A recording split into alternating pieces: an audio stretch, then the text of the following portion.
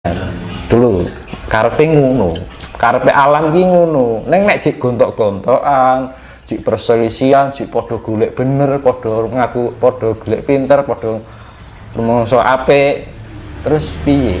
Kan gitu. Mau sampai kapan? Kan gitu. Nah, ini alam bertindak dengan gejolak-gejolak alam itu secara nggak langsung itu ada.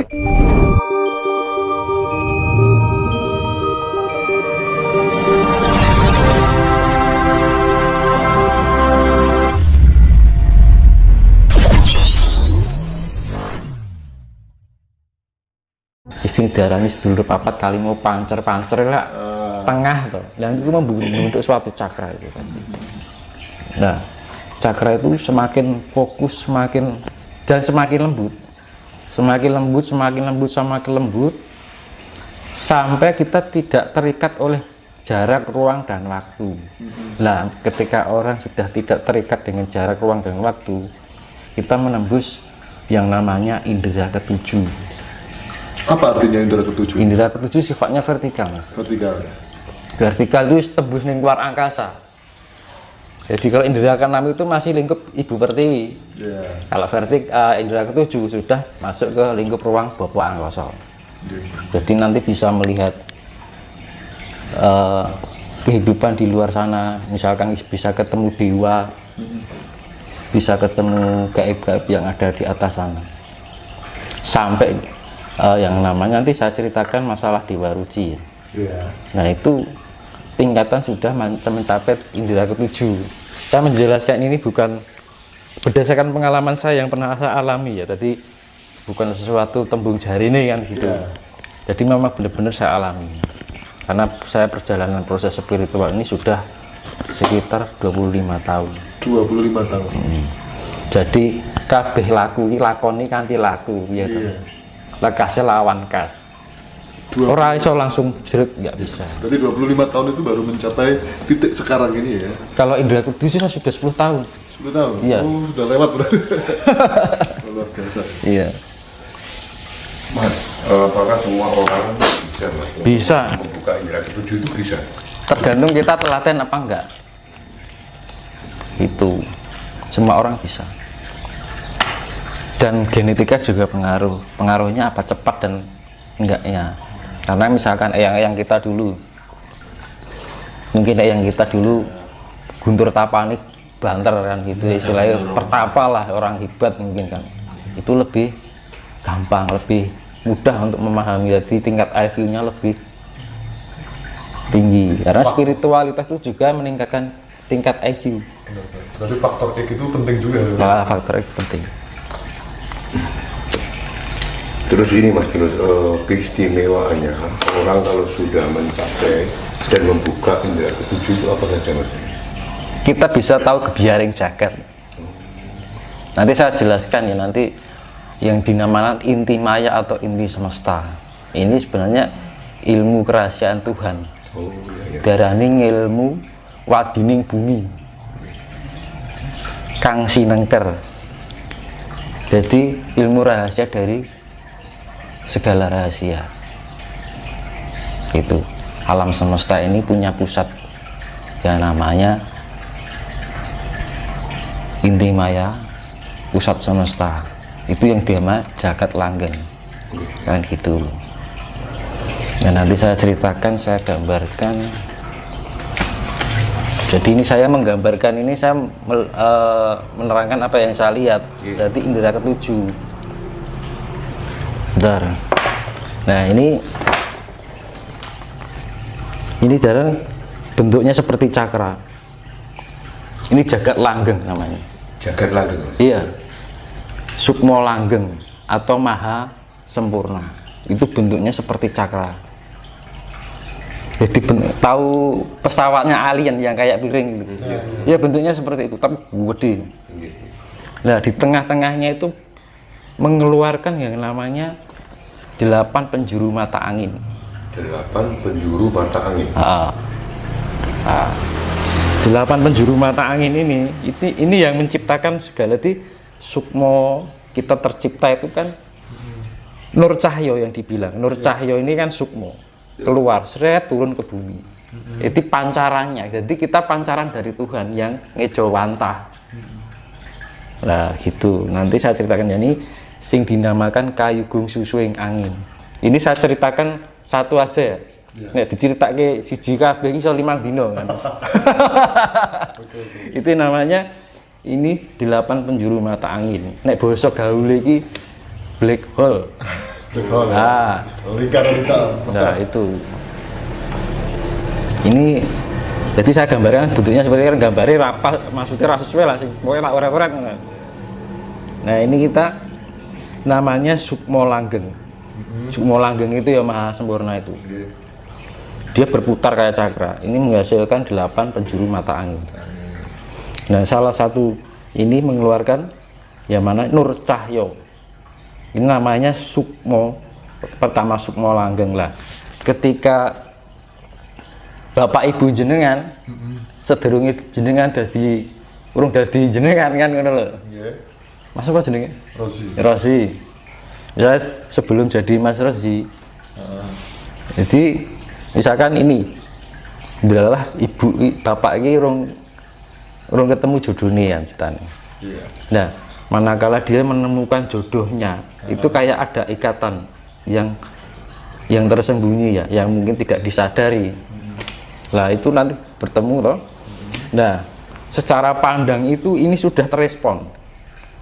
Nah, ini terrespon itu mengeluarkan cahaya yang nur cahyo, serut berjalan. Itu singgah di mata bapak waktu pandangan pertama dengan ibu. Itu sudah ada respon juga. Iya, itu yang namanya sukmo. Kalau sudah nyawiji di mata bapak itu namanya sukmo jati. Yaitu yang namanya sukmo jati diworuci, Mas. Nah, diworuci apa sukmo jati. Lah ketika masuk ke akhirnya pacaran nih, masuk ke pelaminan, jadilah sukmo purbo. Jadi yang sukmo jati itu beralih ke sukmo purbo. Nah gitu. Nah setelah itu bapak sama ibu itu berhubungan intim, kan gitu, berhubungan intim. Akhirnya sing dijenengke sukmo wiseso. Nah itu sudah anu ayah-ayah kalau apa jenenge sperma. Lah itu sukmo wiseso itu kan direne banyu putih saka bapa, banyu abang saka biung. Kapanjingnya nur cahyo. Kang manjing ana lintang juarawar kan ngono. Jadi lukat gaib kang manjing ana ning lintang juarawar itu bahasa Jawa ini kan kayak gitu. Jadi ini dari pancaran sukmo nur cahyo iki mau lebu ke pangkonan ibu. Yang namanya darah. Nah itu tadi darah akhirnya bertemu apa yang namanya banyu abang, yaitu ya nek diarani indung telur ya. Yaitu bertemu terbentuklah ruh, tersentuh. Jadi sukmo ruh ini wadai sukmo kan gitu. Tanpa ada ruh nggak ada sukma. Lah ruh ki wadai apa? Enek nyawa. Lah nyawa ki wadai apa? 4 unsur alam yang ada di diri kita. Oh, berarti antara nyawa sama ruh itu beda? Beda. Nyawa ki gini loh. Ini secara komputer ya. Listriknya. Nyawa itu listrik. Jadi kita dolanan HP. Iya. HP ki gambari sobah itu karena kita punya nyawa. Oh gitu. Karena apa? Itu mengandung listrik, mulut diarani itu pergerakan 4 unsur alam yang ada diri yang akhirnya terciptalah nyawa. Energi listrik yang ada dalam diri kita disebut nyawa. Itu bisa dibuktikan di jagat gede. Jagat gede kan itu hujan, pas waktu hujan. Itu kan ada pergerakan angin, hujan, gravitasi bumi. Akhirnya terbentuklah petir dan karena gesekan itu ya. Nah, itu nyawa nih jagat itu petir mau. Itu ada energi listriknya yang kapasitasnya gede. Nah, kita juga ada. Makanya di iso dolanan HP. Nalika wong wis karena ada pergerakan jantung ini kan obah Iya. antara nih banyu, angin, bumi, geni yang ada dalam tubuh kita tuh ada aktivitas pergerakan. Akhirnya terbentuklah energi listrik. Ya kayak pit motor kan gitu toh. Sama aja, ono oli ini, ono sekere, kan gitu. Akhirnya pit motor iso muni. Yaitu sing diarani nyawa. Lah eneke nyawa kuwi akhirnya dienggo wadah roh. Roh ki apa to? Rasa. Jenengan misalnya, nah, di karet. Di sini jenengan mang teli karet. Sungguh kenceng. Nganti sak jam. Mbok ngenten ra rasane. Mati rasa, Mas. Mati rasa. Karena tidak teraliri itu tadi. Nah, kan nggak ada darahnya. Benar-benar. Berarti darah itu mengandung Nah sel itu yang, listrik. nah indera perasa, indera penglihatan, pendengaran kita bisa merasakan karena ada roh. Arah itu tadi, nah, roh itu wadah ya nyawa kan gitu. Makanya ketika orang sekarat itu kan mesti dipancing nganggo alat listrik, jedek. Oh iya. Jedek itu gue mancing Mas. Jadi kaya motornya dipancing starter ben iso murub. Ya podo sistem kerjanya motor itu meniru sistem kerja manusia. Oke. Mas, bentar Mas Dinus. Iya. Tadi kan Mas Dinus bilang kalau antara roh dan nyawa itu kan beda. Nah, ini kalau orang yang sudah meninggal, Mas, antara roh dan nyawa itu Kalau bisa. meninggal nyawa itu sudah hilang. Hilang. Karena sudah nggak ada pergerakan dari 4 unsur alam dalam diri manusia. berarti kalau gitu antara nyawa dan roh sudah bisa ya? Tapi kalau orang meninggal sukmo tetap bali. Tetap Karena bali. sukmo itu langgeng. Oh, gitu. Itu. Nah, tapi kalau rohnya bisa nyawiji, rasa itu tadi darah gitu Mas. Iya. Kalau rasa itu darah sing kita bisa merasakan kan mergo ono darah lah Mas. Ini darani roh. Kalau kita rasa kita apik, perbuatan kita baik, roh itu akan menyawiji dengan sukmo. Kan gitu. Iya. Makanya naik ke surga. Berarti yang naik itu sukmo ya, yang lain Iya. kan sukmo. Tapi kalau perbuatan kita, rasa kita gak baik, ini terpisah dengan sukmo. Akhirnya jadi kayak roh gentayangan kayak gitu. Jadi kayak nggak punya tempat.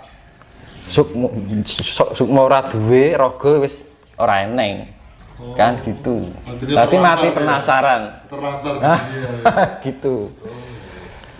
Mas, nah berarti kalau misalkan gini Mas, kan ada istilah reinkarnasi. Jadi kalau kan si A ini reinkarnasi dari yang mbah atau yang dulu Mas.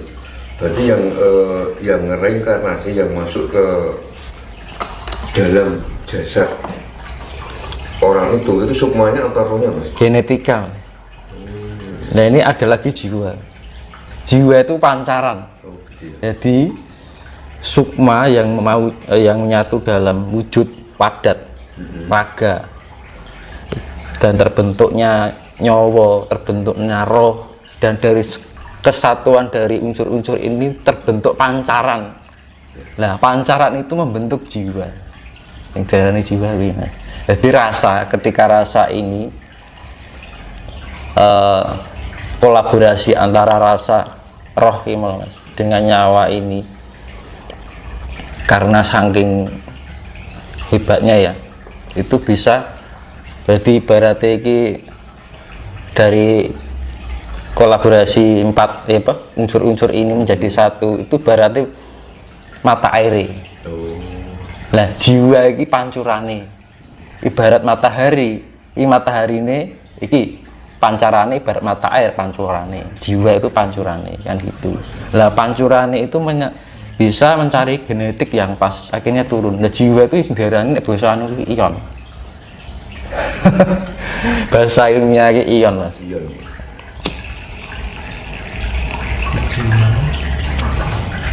Makanya ketika di tempat-tempat gaib, jenengan mang foto pakai kamera, pakai belit itu loh, pakai LED, selap, nanti ketangkep ada wujud gaib-gaib itu, kayak ion. Itu jiwa-jiwa masa lampau yang belum mendapatkan tempat. Itu sebenarnya berarti itu jiwa ya, bukan sekedar pantulan cahaya. Bukan jiwa itu. Kalau bahasannya ion. Ops ya. Ops, nah, ops. Bahasa kerennya itu ops. Nah itu. Karena lebih rasional gitu kan. Iya. Jadi kan kadang-kadang orang sekarang kan pada bingung gimana tuh spiritual itu. Nah ini yang saya jelaskan itu lebih rasional, lebih mudah dipahami pada kalangan di zaman now, zaman sekarang, zaman saiki nek dijelaskan masalah langsung babakan metode lama nggak bakal gatuk mas. Kan tujuan kita kan berbagi ben ayo bareng-bareng, ibarat gini loh, alam semesta jenengan itu bagian dari saya yang terpisah sebenarnya. Kita tuh bagian satu alam semesta sebenarnya yang terpisah-pisah. Nah makanya dibutuhkan apa? Kedamaian, ketentraman, kebersamaan, bahwa kita itu adalah sebenarnya satu yang terpisah. Nah yang terpisah ini bagaimana bisa menjadi? Nah itu fungsinya kedamaian. Makanya di peradaban baru itu terciptalah kehidupan yang penuh kedamaian. Dulu karepe ngono, karepe alam ki ngono. Neng nek jik gontok-gontokan, jik perselisihan, jik podo golek bener, podo ngaku, podo golek pinter, podo rumangsa apik, terus piye kan gitu. Mau sampai kapan kan gitu. Nah ini alam bertindak dengan gejolak-gejolak alam itu secara nggak langsung itu adalah mengingatkan elingo to kan gitu loh. Kue kita gawe, kue iki bagian saka aku nih kok malah dadi kaya ngono kan ngono. Jadi kita lah gini pun soal peradaban baru. Dengan mau mengucapkan tentang ini saya ceritakan ini dulu, saya selesaikan dulu. belum ya. Sekarang gini, kenapa di bumi ini ada kehidupan tidak seperti kok di planet-planet lain tuh nggak ada kehidupan seperti di bumi? Kenapa mas? Nah ini jawabannya adalah hasta brata. Hasta brata. Banyak orang yang menyangkutkan hasta brata ini sifatnya ini itu mau dhisik kan mau apa senengannya otak-atik gathuk ya. Tapi saya ambil ilmu ilmiahnya dari pemahaman. Jadi fungsinya yang sudah dituju iso golek ngono iki mas. Jadi merangkum dari sifat-sifat yang sifatnya real, rasional, bukan irasional. Jadi rasional. Jadi 8 hasta itu 8 hasta kelak 8 toh. Broto kayak laku. Laku itu kan berarti laku itu ada pergerakan atau aktivitas. Lah 8 itu apa? Siji Suryo itu matahari. Ya kan? Condro itu bulan. Kartiko itu bintang. Angkoso itu langit. Iya toh? Maruto itu banyu. Dahono itu geni. Terus bumi ini lemah. Terus angin, Maruto ki angin, Bayu ki banyu kan gitu. Dari 8 Tuhan itu memberi kelengkapan dari 8 elemen alam semesta ini, maka terbentuklah kehidupan karena ada pergerakan dari 8 unsur.